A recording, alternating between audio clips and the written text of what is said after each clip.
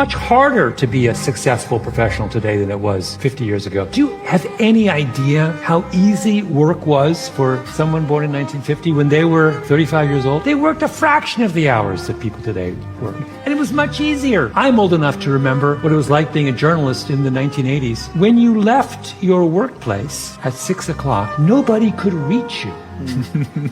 You were done. I never took work home. It is so much harder now. So when we observe higher rates of unhappiness, of dysfunction, of whatever in the current generation, it's because they have a lot more on their plate than previous generations did. So we've raised the bar. And whenever you raise the bar, you're going to be much more aware of those instances where you have fallen short. Much harder. Nailed it.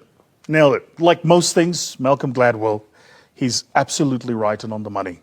And I think any of you watching this would know what he's talking about, right? Like, today you're just never off. You're just never switched off. You're never off grid. Even if you try. You can try and leave your phone in another room. It's still going to ring. You're probably going to hear it.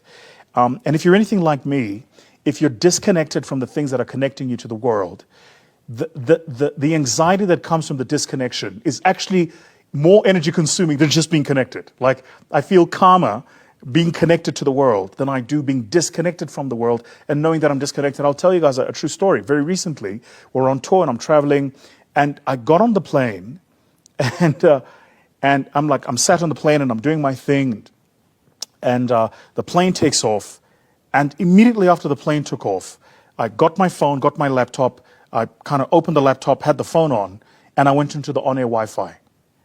And my partner traveling with me was like, how long have you been flying, right? I was like, years.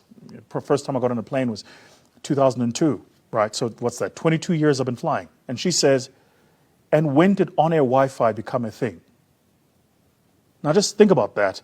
On-air Wi-Fi really became a thing 3, 4, maybe 5 years ago for some of the long-haul flights. But I got on the plane and I couldn't imagine not being connected. Right, just not being connected. It gave me anxiety. The idea that I was going to be on this long-haul flight that was, I think it was 14 hours, and I wasn't going to be connected. I was like, not happening, I'm connecting immediately. And I think Malcolm Gladwell here is absolutely on the money. You really have to make sure that you're guarded with your time and guarded with the amount of connectivity you allow yourself to the world and that you allow the world to you, because there is a declining rate of productivity, a point at which you're just so connected, you're not, the marginal unit of connection doesn't create an additional unit of productivity. In fact, it begins to diminish, first. But second, I think it's just bad for your health. Cheers.